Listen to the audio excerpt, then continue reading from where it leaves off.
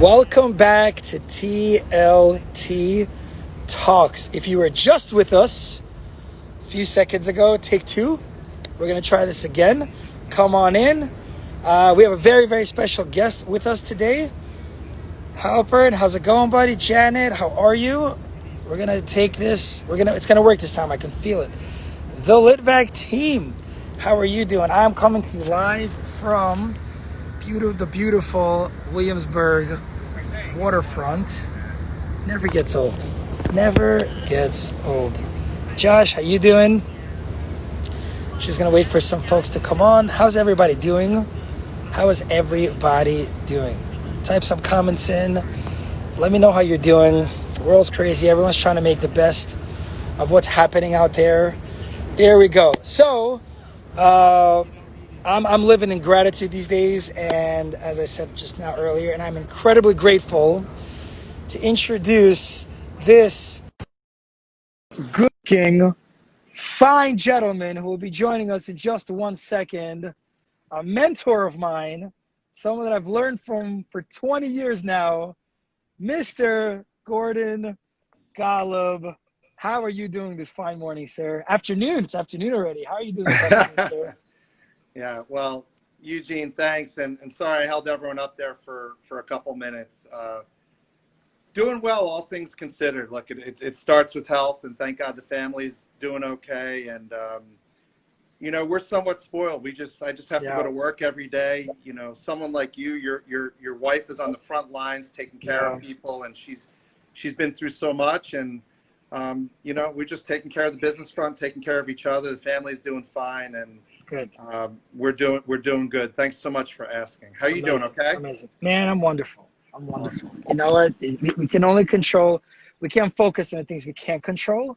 We can only focus on that we can't control. What's wrong is always available, but so is what's right. I've never spent so much time with my kids. My connection with them is amazing. There's been so much opportunity in business. A lot of the stuff. Some people run for the hills. Some people stand and fight. You know who I am.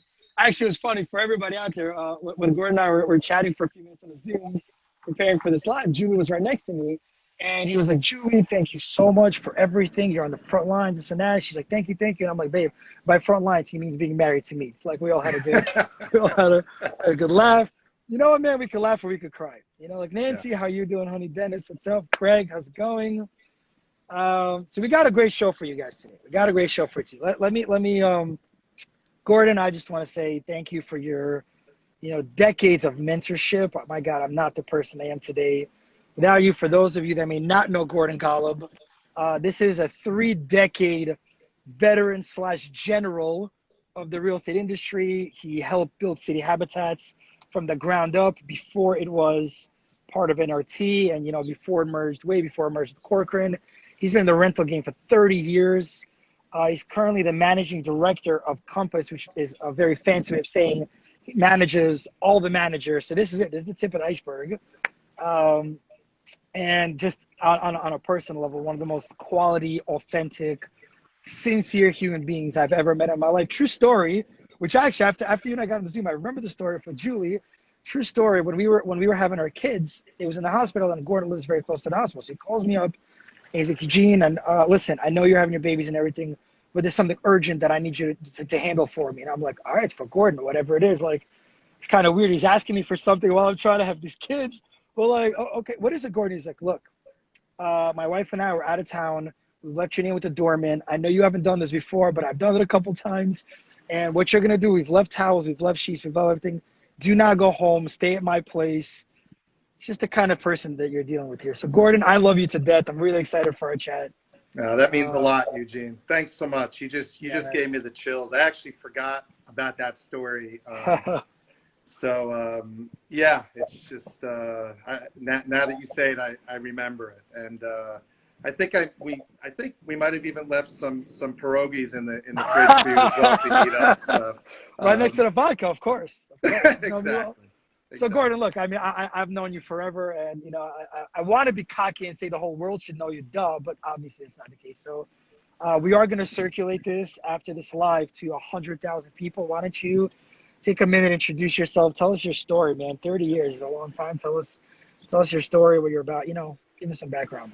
Yeah, sure. Thanks, Eugene, and hello, everyone.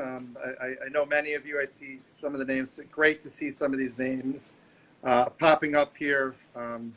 Just want to start with sending my love and care to all of you. So many of us have been through such a difficult time. Many people have lost people in their family, loved ones. And then so many of us have lost jobs and their careers and their personal lives have been interrupted. So just want to start with just grounding and bringing it back there for a second. And Eugene and his team have been, Eugene says, I've mentored him. I've learned so much from what they've done in grounding themselves in the fundamentals of just being there for others. And, you know, people say, Eugene's asking me, tell me my story, and I'll give you 60 seconds on that in a minute. But, you know, the reality is when Eugene says almost 30 years in the industry, it's been 28 years. To me, it's actually not about real estate. And I don't say this lightly. It's about people. And if you're there for others and you put others first, and Eugene mentioned when he opened up the show, gratitude, great attitude is within that word. If you do your best to start from a place of gratitude, it's really hard to fail. And look, I'm not able to do that every day. There's some days where I just can't get there, and they're just tough days. But the reality is that's where I try and start from first. And so you asked me to tell my story.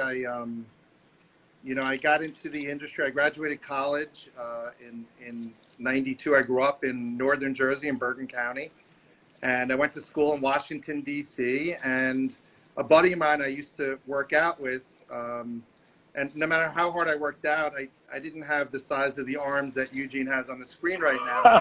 But the reality is, he said, I opened up a little real estate office, and why don't you come work with me for the summer? And at the time, I was going to travel cross country because I didn't know I wanted to stay in New York at that point.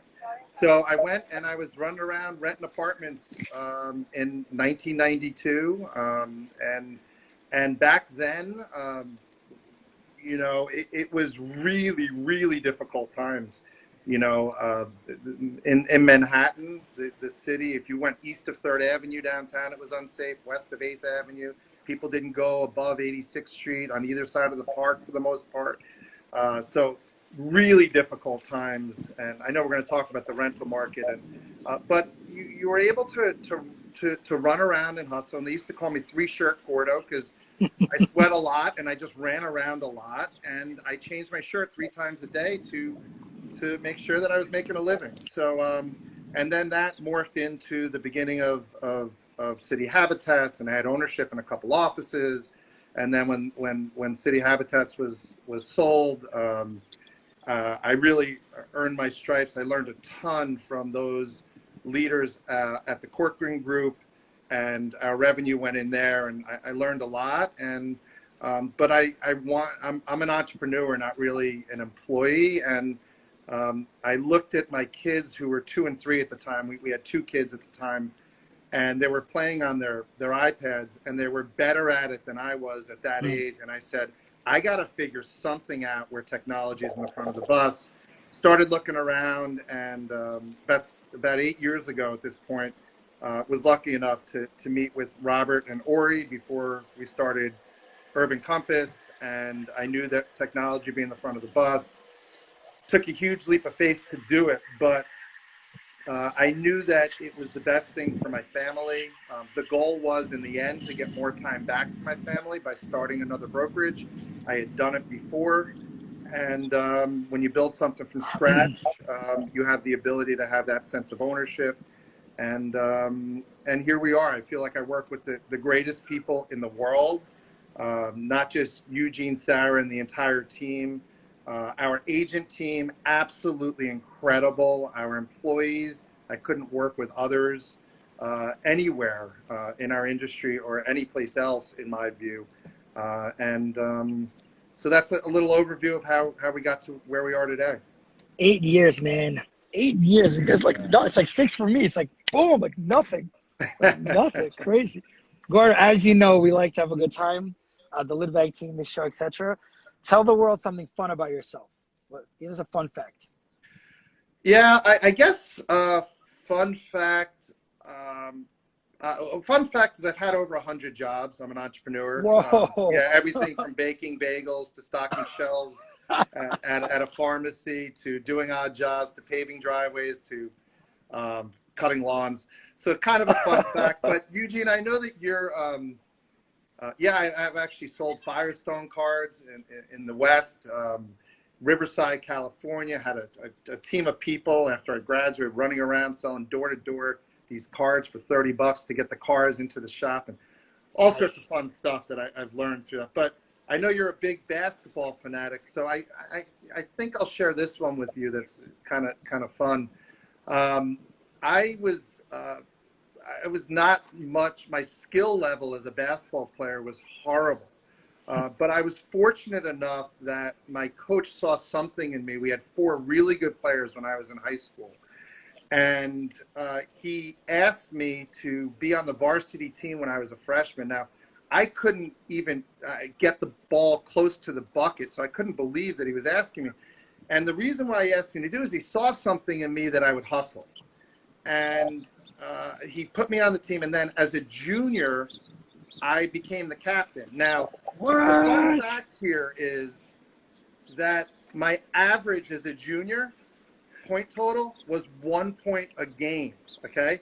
Now I had an amazing senior year and I actually doubled that to 2 points a game my senior year. So I think I may be the all-time lowest average point scorer as a captain on any basketball team. I love it. But the real lesson there is if you hustle in life, and I brought this with me forward. My first 15 years of my career, I worked 7 days a week as I was building my business, and my friends were wherever they were, the Hamptons, Jersey Shore, and that hustle and what my coach saw in me was a great lesson. Amazing. And here you are, manager of the managers at the top of the mountain. I love it. All right, well, let's jump in. If you have a hard stop at 12:30, I would definitely respect that. If we go a little bit over, you have that ability, that's great. So happy to, Eugene. Amazing. Thank you. So I just know we're going to get a real great conversation today. By the way, guys, this is not meant to be a lecture. So for all of those with us watching, please drop comments, ask questions. It's absolutely meant to be interactive. We're going to dive into markets and strategy and this and that. If you're an agent watching this and you have some questions for Gordon about how to best go about your business, cool. If you're a consumer, about how to get whatever, fire away with questions and comments. So Gordo, you're not on the ground anymore, obviously, and so I think that gives you a very different perspective. And you're aerial. You're looking at the whole country. You're getting reports from all the managers and in a lot of the different regions and whatever it is.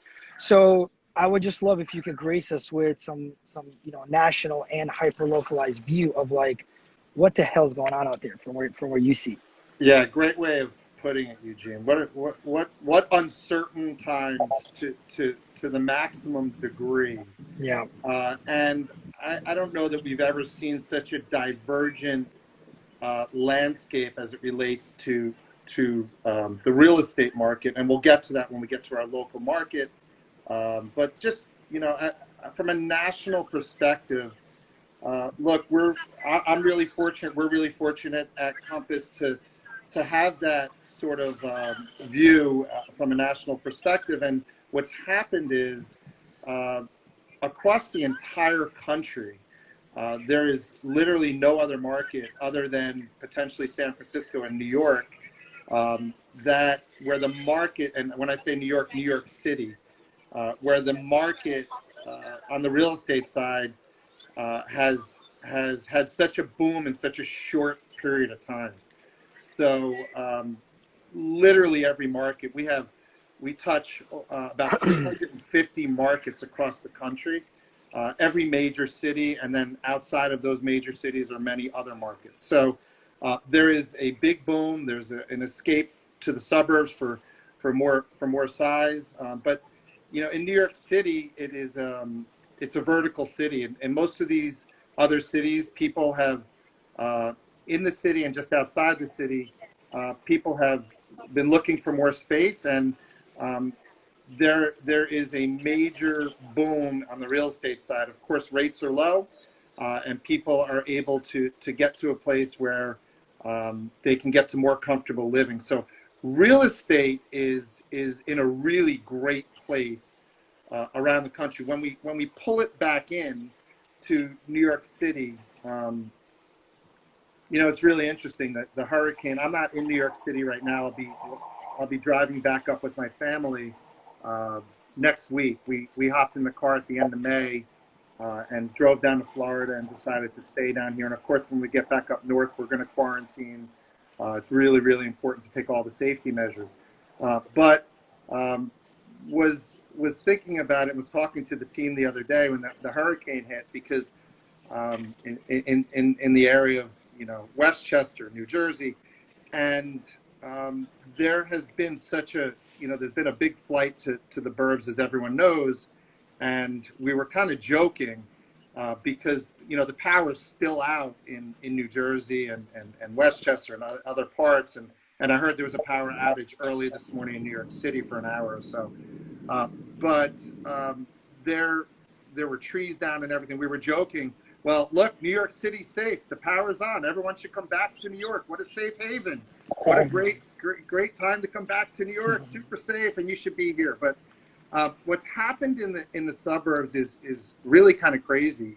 That you could be 5 or 10 miles, or not even, from New York City, and there can be 5 to 10 people bidding on a house. I was on the phone with we recently expanded into New Jersey. I was on the phone with a Montclair agent last week, and she said she had 15 people bidding on a house. So this is the type of action that we're seeing in the suburbs around the city. And then as we pull it back into, and of course that includes Connecticut. Greenwich has not seen prices like this in 15 years. The Hamptons, same thing. Obviously, prices are extremely escalated there on the rental and sale side.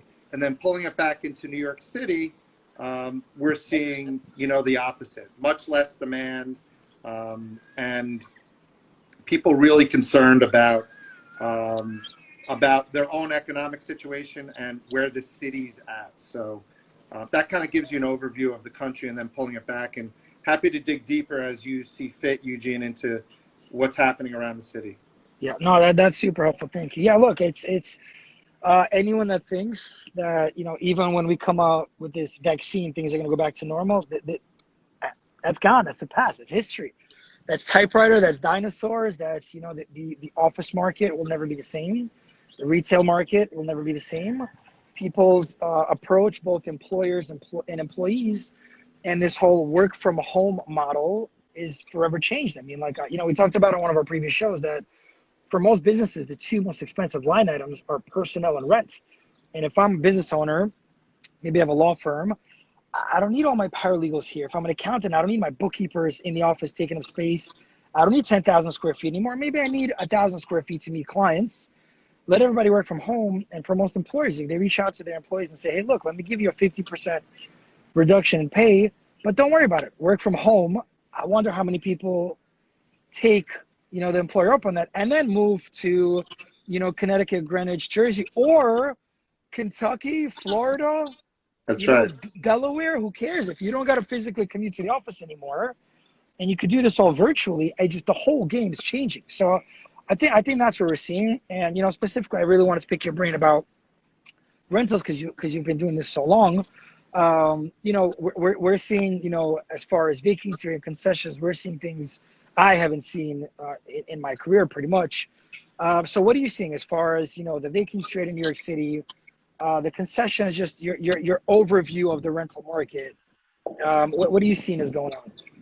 Yeah, sure. So yeah, thanks for that question.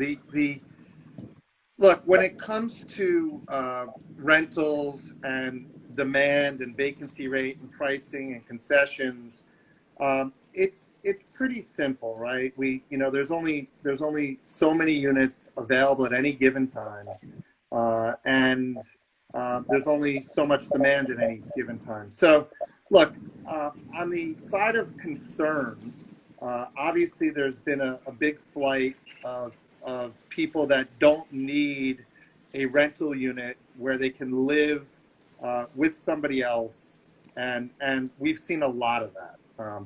So what we've seen on the vacancy side is extremely concerning and something that needs to be paid close attention to. If you're a landlord right now, and I speak to many landlords consistently, we need to look at the reality of the situation. And the reality of the situation is that at this point in time, you know, there are incredible amounts of inventory on the market, and this is true for any area: Manhattan, Brooklyn, Queens, Long Island City. There's a lot of vacancy, and so we need to look at that, right?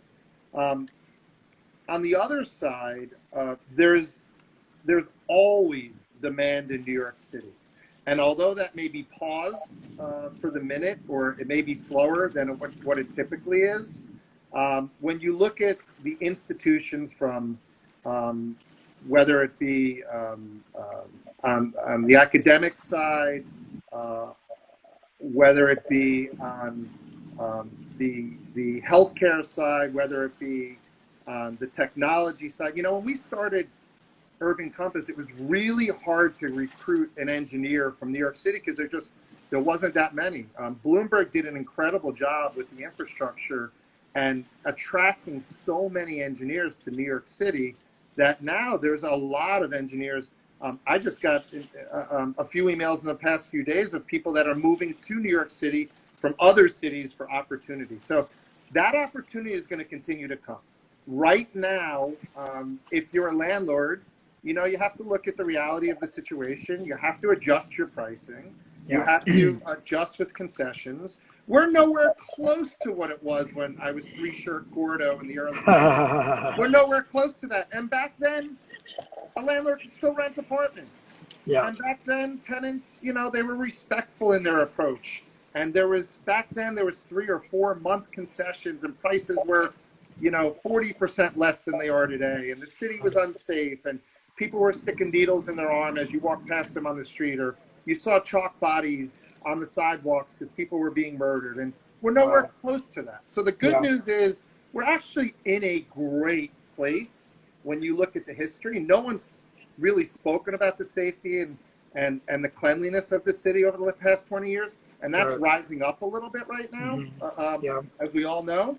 But we're, you know, if you look at historically, we're actually in a really good place. And yes, if you're a renter right now, there's great opportunity out there. I think the important thing is for renters to remember is landlords want a good tenant and someone that is respectful in their approach, as much as they want to fill an apartment and get their price. So that goes unsaid certain times. So that gives you a little kind of broad sense. I don't know if you want to go any deeper there, or what your thoughts are, Eugene.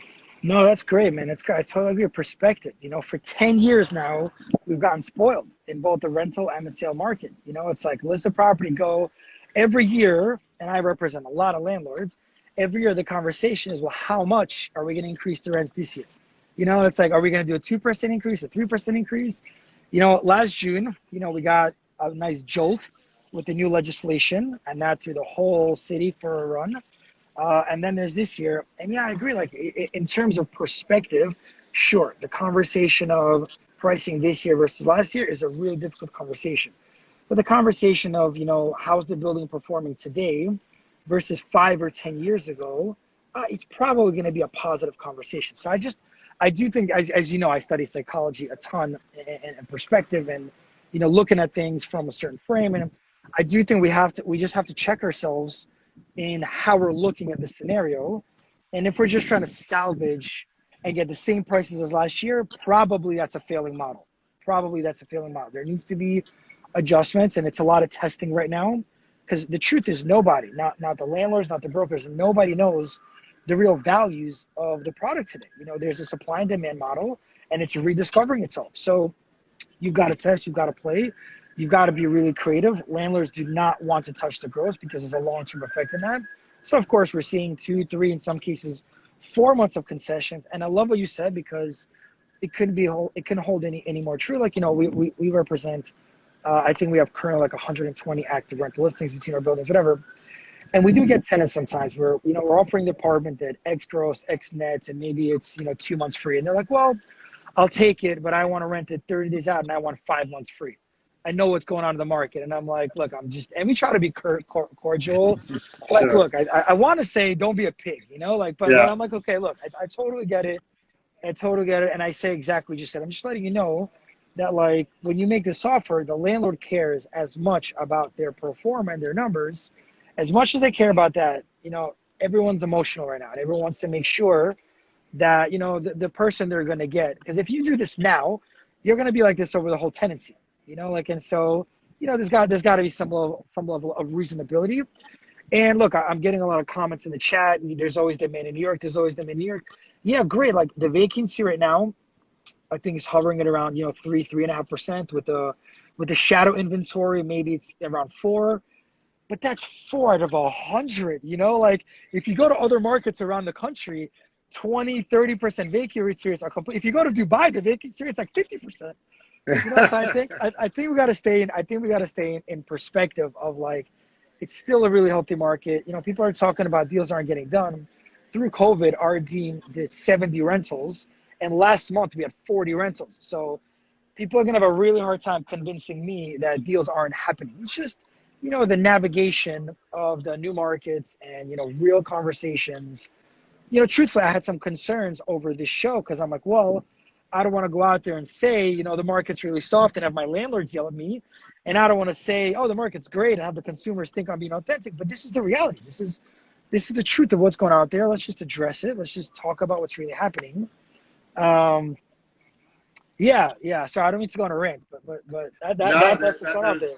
That wasn't a rant. It's called insight from the gut, from someone who lives this, every single day. And, I think, I think just to kind of put a wrap on that, there is still demand. We are seeing units rent every single day when they're priced right. And there's price adjustments, but this is not a situation where,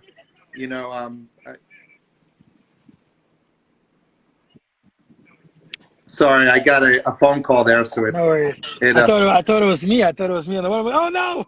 No, I got a phone call. I had a 12:30. They didn't see my message. We're gonna push. We'll go for a few. That's okay. Thank you. I appreciate it. I remember, of course, Eugene.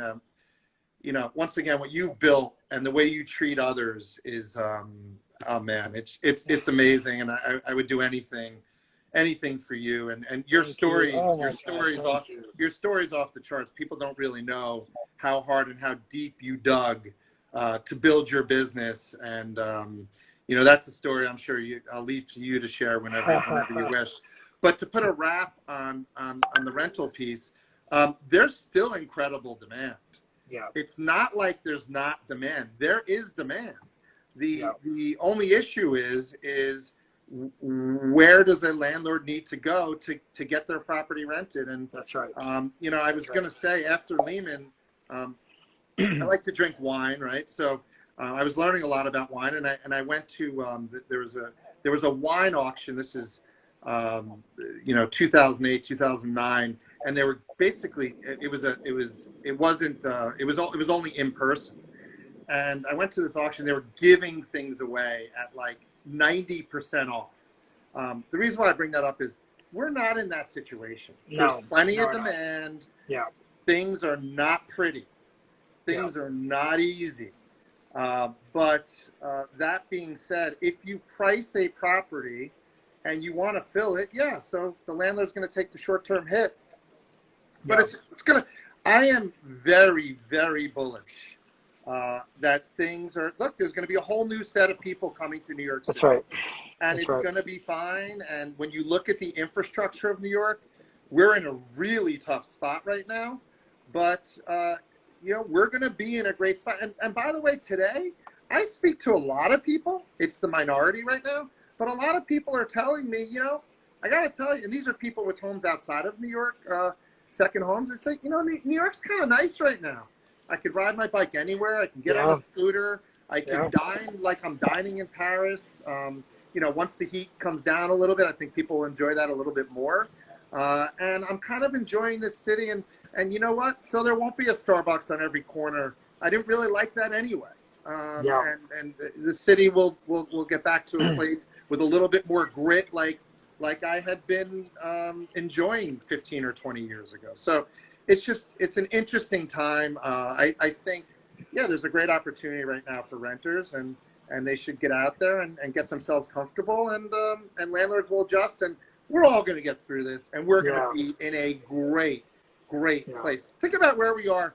I'm looking at you right now. I remember we spoke a few months ago. We're much more positive right now than we were 3 months ago. That's exactly right. It's only going to continue. Perspective. So, That's right. Sandy, what's up, man? Sandy, what's up, Gordo?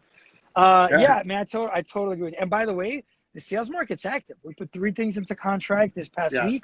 We had a bidding war, and we had a $30,000 above the asking price on a property that we overpriced just recently. So, like, not overpriced, but priced ambitiously. Like, that's right. The demand is up to there. There is a question.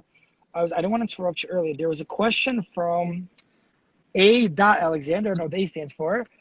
Question for you, gentlemen. Where do you see the market this time next year after the wave of interest rate motivated by buyer settles? Because it certainly will. I think he's referring to the suburb market. Where do we see the market in about a year from now?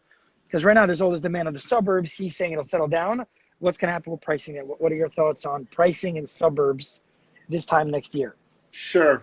Look, assuming we have a vaccine, call it in the next 6 to 9 months, let's make that assumption. I know it's not an assumption that we should take lightly, but let's just take that assumption for a second. Personally, I think, yes, there'll be a certain segment of the population that will be able to work from home, that will want to work from home. I still think that's going to be in the minority, call it 10 or 20%. People could argue that it would be more than that. But that being said, people are going to remember what the commute was like. They're going to know what the commute was like. Prices will correct somewhat on the sales side to some degree. As Eugene, as you were just saying, we haven't seen massive drops there at all at this point. And prices are correcting on the rental side. And, anytime New York City is on sale, look, I've lived in New York City since 1992. I want to be very clear. I have seen much, much, much worse times. Sandy, and yes, the old saying of garbage in, garbage out. I think we got to reverse that. We got to take the garbage out and get the garbage in. I saw you put that on the screen there. We need to clean up. There's some stuff that needs to be done, but we are not in a horrific place right now. So I believe what's going to happen in the suburbs, I think things are going to course correct. I don't think there'll be as much demand. But things are going to be really healthy in the suburbs for a while. And that's a year, 2, 3, 4, 5, and good. That's a great thing. For sure. But anytime New York City's on sale, the convenience of New York City will come back, and so will people.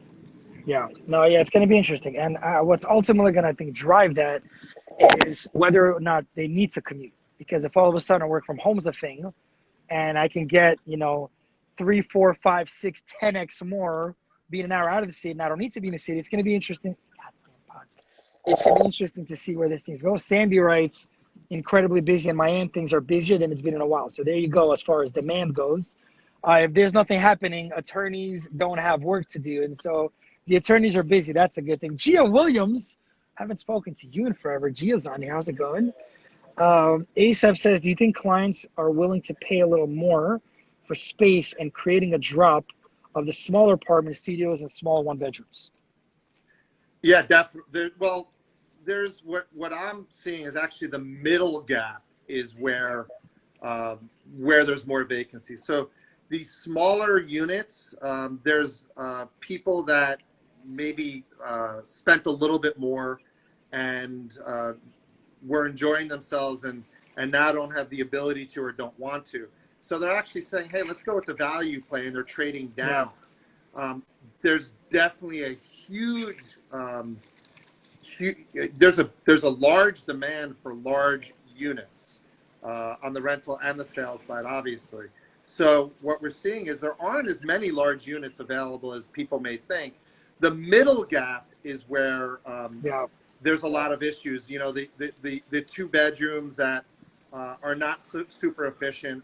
And if people can get out of a roommate situation, get into a smaller unit. So the smaller units, it's a good opportunity there. We're seeing a lot of those move, and the larger units, we're seeing it there as well. Yeah. So, and what I'm seeing exactly the same thing. The market that's getting hit pretty hard is the roommate market too, because it used to be that the one bedrooms are so expensive. You had this whole, I mean, man, I made a living on teaching landlords how to flex apartments and get more for their money. Take a 2-bedroom, turn it into a 3 or 4. You know, take a 1, turn that into a 2 or 3, because you know, if a 1-bedroom was X amount of dollars, and you know, so on and so forth. And now, you know, partly people don't want to live together; they want their own space, and partly it doesn't cost what it used to, and so there's no reason to flex. You know, like, so Right. I've been seeing a little bit of that. Let's talk a little bit of strategy, right?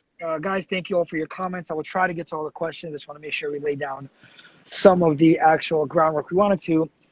For the landlords out there, they're hurting, right? They're hurting right now. Vacancy's high. They're not seeing the numbers they're used to seeing. You know, people out there have a very, very incorrect perception of landlords. They think landlords are these monopoly guys. Mwah, ha, ha, ha. I'm just sitting there with my bags of cash. They don't understand there's debt service and interest and staff and payroll and mess us up and courts and all this stuff. And the margins on rental buildings are not 50%. And then any small thing, and you can be, you know, so it's like, it just, I think the consumer out there might have slightly an imperfect perception of landlords. So what's your recommendation for these landlords? Like, you know, what do you do here? This is the market. This is what's going on. You know, what are your words of wisdom for some landlords out there? Yeah, I mean, real simple, and this is not going to be some complex equation. You know, every day lost for a vacant unit is rent lost, and you can either you know, get ahead of the market and price correctly with concessions and pricing, and you find that equation that fits you. I know certain landlords, as you mentioned earlier, don't necessarily want to touch the gross. But that being said, it's pretty simple. You're either going to get ahead of the market and find your tenants, or you're going to follow it down. It's right there in front of us. So my recommendation would be just to get priced correctly now. And yeah, you might have to make big drops in your mind. But to your point earlier, Eugene, compared to any other market and where prices were, like, so you're just going to come off of your pricing and get to more normal pricing as it relates to rental real estate. It might not be normal for New York City, but if you can get there, you know, there's a landlord. His name's Stan Barry. He created Century Operating, and Mitchell Barry, great guys. Mitchell Barry runs it now. And when I got into the business in '92, I used to rent apartments exclusively in one of his buildings at 200 East 11th Street, which has since been sold. He sold the building, and it was, you know, completely redone. They did a beautiful job. But he used to tell me, we can never get back one day of lost rent. Sure. And I still catch up with Stan now, and he still tells me the same thing. You can't get it back. So that's the equation. As much as it hurts, get ahead of it. Fill the unit, get a good tenant in there, and move forward. Yeah, especially look, if you're stabilized, you know, like, I get it. If you drop the gross today with the new regulation, you can't raise. I get it. You got to play the concession game, fine. But the truth is, if you're working with a sophisticated team that understands the market, this year is about survival. It's free market. Next year, you know, so you do raises of 10%, 12%, 8%, whatever the market will allow for. And the truth is, like, you know, me, I'm a total nerd when it comes to data. So the fact is that, you know, we're always balancing the pricing model versus vacancy loss, right? Those are the two things we're always balancing. And what I say to all of our landlords is like, look, if this was a car, the gas pedal is the pricing. If you want to plug vacancy, the pricing needs to improve. The pricing is the gas pedal. I mean, of course, It needs to have great marketing. It needs to have great salesmanship. As an agent today, if you can't have a financial conversation on gross versus net, and you can't navigate that conversation, I mean, you're dead in the water as a broker today. You're just doing the client, the landlord, a disservice if you can't have those conversations. But yeah, man, I totally agree. I totally agree. And then what'll end up happening sometimes is now it's 2 months later, and now the unit's vacant 2 months. Now you're having the same conversation about pricing, but it's after 2 months of vacancy loss. So yeah, that's spot on, man. And the prices, and in addition to that, the Yeah. prices come down. Hey, Yeah. Todd. Yeah, What's up, Todd? yeah, good stuff. Make dough with Gordo. That's good.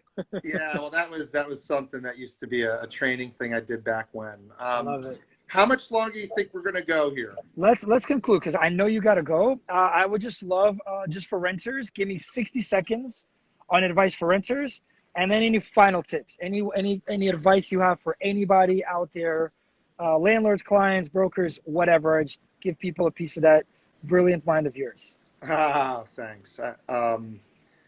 Yeah, I don't know if it's brilliant, but there is a lot of wisdom up there. I'm turning 50. I'm turning 50 in a month or so. So whoa, lots of wisdom and hard work, at least as it relates to our industry and people. Much beyond that, I'm not so sure.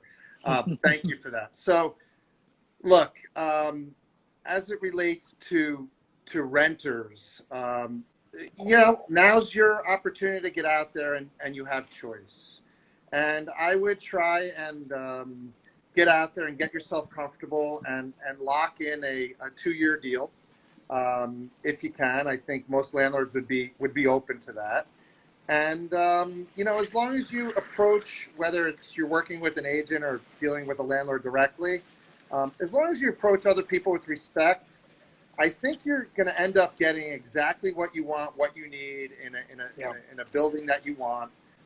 And now's your time. It's been a while since you've had that sort of control, and enjoy it. It's a great time to rent in New York City, anywhere in New York City right now. So enjoy it, take advantage of it, whatever it is, whether it's a value play and you want to save money and sock some money away, or not be forced to move, then go ahead and do it.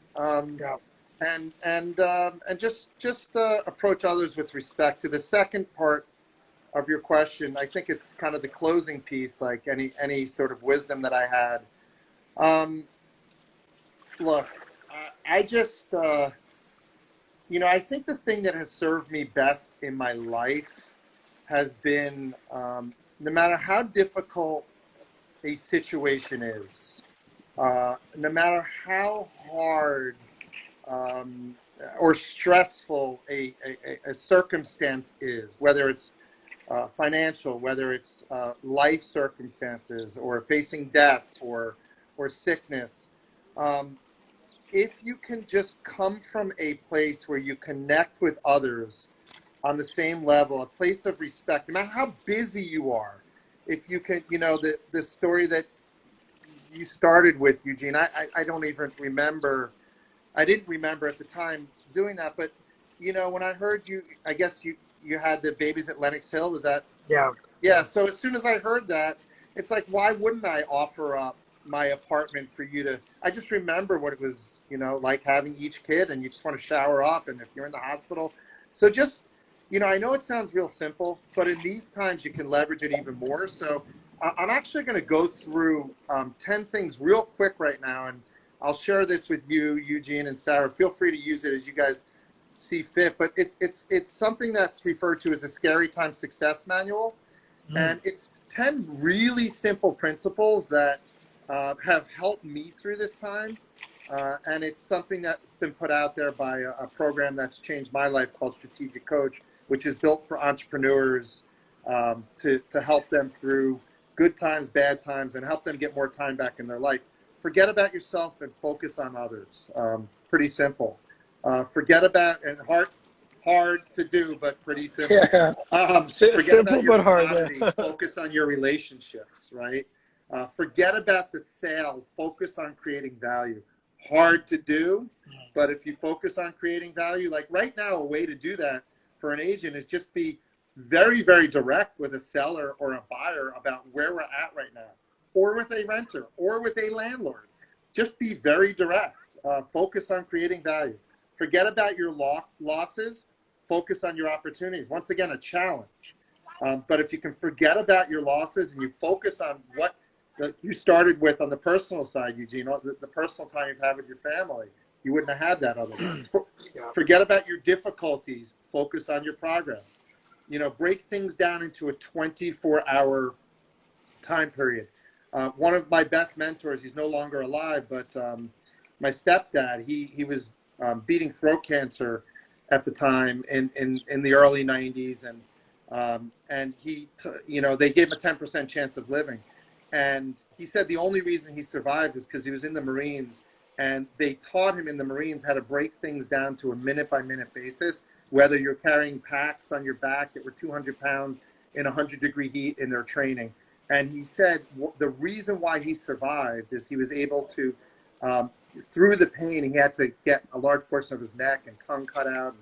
And through that pain, he was able to break things down to a minute-by-minute basis. That's what a lot of marathoners do, just break things down. So break it down to a 24-hour period. Forget about the future. Focus on today. Yeah, like don't worry about a year or two from now. Just focus on what you can get done today. Forget about who you were. Focus on who you can be. What an awesome opportunity. Good. It doesn't matter who you were. Who are we going to be moving forward? Forget about events. Focus on your responses. You guys all know that one. Forget about what's missing. Focus on what's available. Forget about, you know, this one's probably my favorite, how you started, maybe how we close, Eugene. Forget about your complaints.